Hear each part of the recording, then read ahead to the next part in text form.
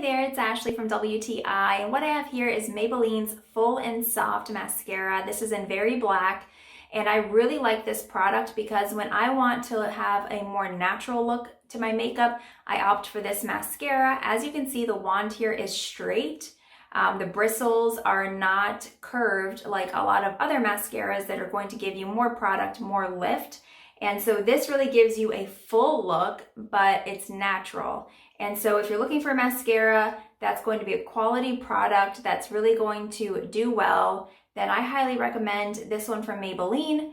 It is a great price, and I have another one here. This is the Falsies Lash Lift, and just to give you a reference, you can see Maybelline's wand here is thick and it's curved. And so the difference is, of course, in the wands.